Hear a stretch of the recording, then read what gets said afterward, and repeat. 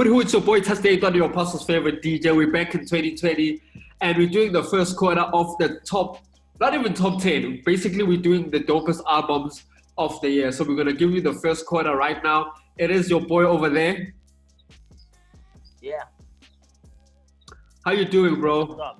Can you just introduce yourself to people? Like, why am I here? Bro? Chill, man. It's Mr MediaX. You know what's up, Pastor, man? We've been forced to innovate out here.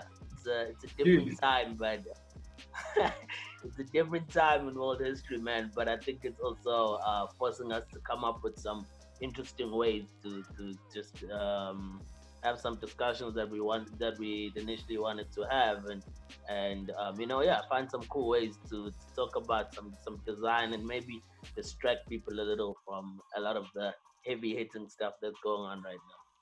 Dude, I don't know. Have you been seeing the freestyles, the Corona freestyles? I saw them, man. I saw a few. I haven't gotten too straight into them, but I saw what some of them stepping up to drop some bars in these times, bro. We need to, man. Man, let's go straight into it, yo. You delve into them a lot. No, I have, man. I have. I've actually downloaded most of them, and so far each day I've been trying to share a few. Two stuck out for me, but this is not the review for that. There's many review blogs for bars. Let's stick to what we know best, bro. Okay, man. On this one, we're gonna be talking about my cover today, which I thought has been in terms of pioneering the culture. Also, just remembering in terms of our category. I don't know if Media, you want to speak to that before we get into reviewing the covers. So, our categories were quite straightforward. If you don't know our categories, we will discuss album covers according to concept, according to the visual aesthetic of the cover. We discuss according to the execution and also the disruptiveness of the cover art that we see. And this is not about friends or connections or egos. This is shooting straight from the hip, man, because I'm pastor, so yeah, that's what's up, man. So we just discuss work according to that, man. We discuss creative work according to those values, and yeah, man, we chop each other up, and I've seen what pastor has to bring, and I'm very concerned for this first quarter right now. No, man, I think as I was going through the covers and through the music, there hasn't been a lot of album material. There's been a lot of singles, but there hasn't been a lot of albums, and that's, I don't know if we can blame that on the corona, because I feel like cats should be working more since they're now indoor. Yeah. But yeah, man, let's go. That's straight to it, man. Cool. Yeah. My cover is by an artist who I think already for this cover I'm gonna be shot. I'm gonna be executed for why am I talking about this artist? But I think what I really liked about this artist, and ever since she's now been signed to a family tree, there's been a lot of consistency in her art. I don't know the music, but when it comes to her art, she has elevated. She's now taking it immensely seriously, and I think it's also just having the right team around you in terms of creative people to kind of help you direct your image, direct your look, and have a proper look and feel. So that artist or that cover we are going to be talking about is the Nadia Nakai cover called For 40 Bars. I already see you laughing, bro.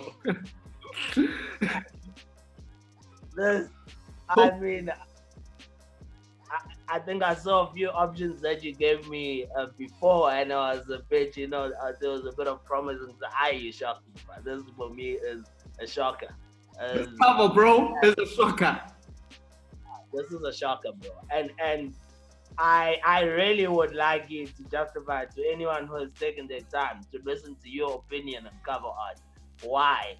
Because I've already I don't know, Basta. Please, can you actually explain yourself here? Because I don't know what the hell is going through your mind.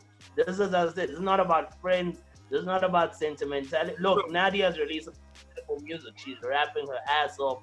Sure. But we're not music reviews. The song is dope. We're not doing music reviews though. Sure. But listen. Let me actually hear you out before I put my points on. So let me tell you, like what I like about the cover, man. It's the fact that if you checked out the first debut album cover he did for Nadia Nakai, there was some beautiful image she took. I actually Nami had the opportunity to research the photographer, the team she actually used for that cover, and then I saw some parables when I looked at this cover. The cover still has the same look and feel. It still has the same mood, and it still also has the same what you call makeup and body painting. Yes. So for me, that's a person who's starting to actually understand what consistency means in the game. When you talk about your brand, your aesthetics, and how you're supposed to be presenting it to the people. For sure. I can get that in terms of that your brand extension stuff. But if I've never heard of Nadia before, I'm actually just gonna get right into it. Sure. Because have you ever heard of we did a review on our 2019 of an album cover called Eve by Rhapsody. Yes. Hopefully we'll have technology to show it. And then Rhapsody did a whole bunch of singles for that rollout. Sure. And like I can tell you now, and again, like I don't want to get too deep into it, but I will at a certain point when maybe we create this according to anchors. There's one very I would add this on the list, but I'm very sure it's not a reason that you even are thinking of. It's like a default because it's not even on purpose. But for me, this you could have taken 40 bars and you could have taken that album cover and put it as a single on Rhapsody's Eve. It's the same typography, it's the same photography aesthetic. Like what the hell? What's going on here?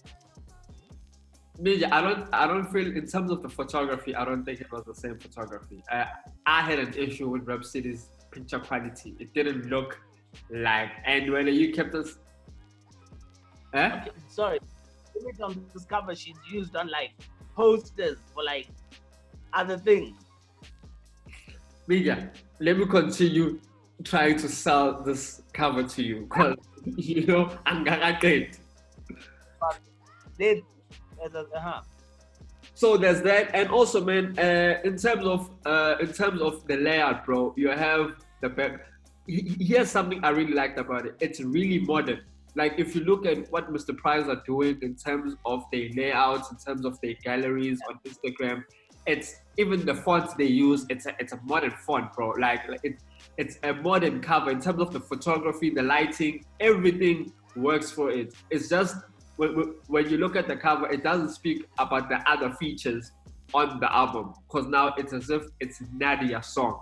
And then there's a cool thing they've actually done, which I found really interesting, was the fact that they have that music situation happening here, which I found really cute, bro. Like having the 40 bar and actually the title of the song, who is featuring, because now it's like a message that pops up on your phone and kind of reminds you what's going on. I like that. As you said, it's cute. Yes, it's very cute, man. It's very cute.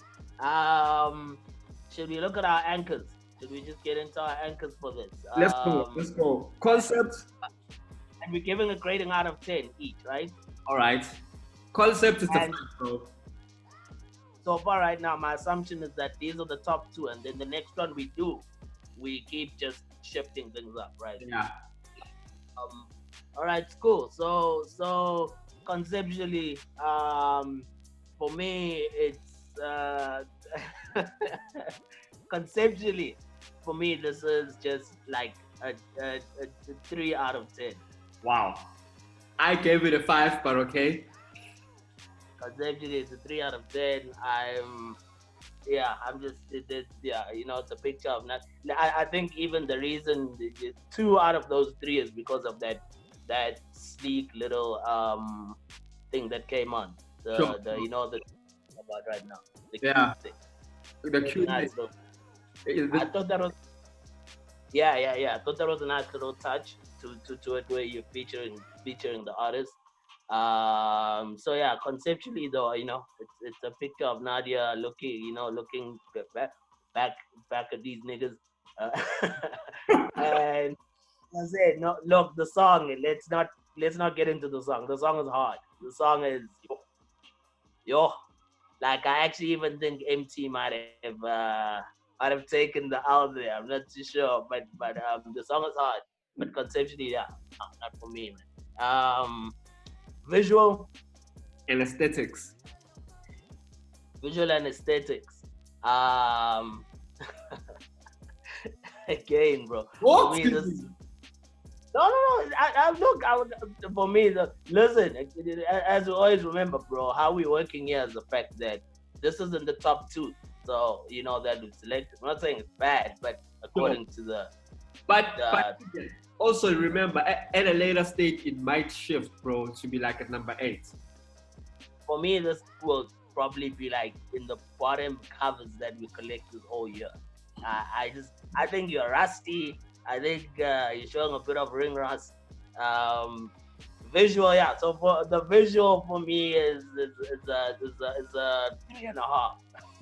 Wow. Okay. Execution. What is your visual? What's the visual for you? I like the image. I like the layout, bro. Like the layout for me is really dope. I like the cute gestures they've had. The top corner, the brag, the situation there of like the sticky tape, and then also the cute thing. So like for me, aesthetically layout, it's a 6. Yeah. But even the words you're using, Master Cute and Mr. Price, and come on, bruh. Like, come on, dog. Like, shout out to Mr. Price, but like, come on, dog. Come on, dog. Wait, Anyway, Meja, haven't you seen this style before? but This style. type of treatment. I told you exactly where you can see this exact treatment. the Okay. exact from the font to the exact treatment. Like, you know what I'm saying? Like, we've worked on design, so Sure. but I'll surprise you a bit about what I do. What gives this a pass, and what gives this a pass is probably for me more interesting than a lot of things that we'll even touch on. But concept, I'm not impressed. Okay. Visual, this is nothing for me to remember. Are you keeping our scores? Yeah, yes. I'm keeping a score. And okay, cool. And then execution, I'll give it a 6 as well. Execution, I thought was like, I can't even, like, it's a beautiful execution. The execution It's clean. is clean. It's clean, and that's as much as you are ragging me for my ish. That's clearly your thing, dog. Where you're like these things that look just like they are perfectly like it's almost like it's almost like a 3D image in 2D form type of thing. Dog. Sure. So I definitely the execution is. Yeah, it's just a clean execution. Like you're not gonna. It looks easy, but you need a designer with attention to detail to execute like that. Minimalist stuff. Minimalist stuff. Okay, and then let's go to the last one, which is the biggest one. Is it disruptive? Wait, you didn't give me your visual. What's your visual? What's your rating? For the My visuals execution. and aesthetics, I think I will work with you on 3. I would have given And it you 4 or 5. Sorry? talking execution. 6, bro. Okay. Yeah, 6. So execution. All right. Okay. And then I don't think it's disruptive enough. It's a 4. now this is where I'm saying to you that. So I want to touch you up. I'm gonna drop some art game out here. If you're listening, you're about to learn so well. I mean, if you don't know, but if you do know, then kudos to you. So for me, the disruption would actually have a very good disruptive value. My only issue is I doubt the designer or whoever did this even knew that this was the case. So, have you ever heard of a movement called metamodernism? No, sir. Okay, so metamodernism is a movement that's very much like it's the whole big academic what within the arts, but metamodernism is a movement that is very reactionary and kind of which questions a lot of stuff that is happening within postmodernism. And if you look at within the academic whatever way of perspective of looking at the world and how certain things work, we are said to be in a postmodern era or postmodern era. But metamodernism is a concept that kind of is challenging a lot of the ideals that we even are brought up with to understand what's important within the design and within the arts and within culture. And one of those things is referencing. Referencing is a big thing. Referencing is like, it's almost like if you don't reference, you're wrong. And there's a gentleman called Luke Turner. He wrote a whole manifesto about metamodernism.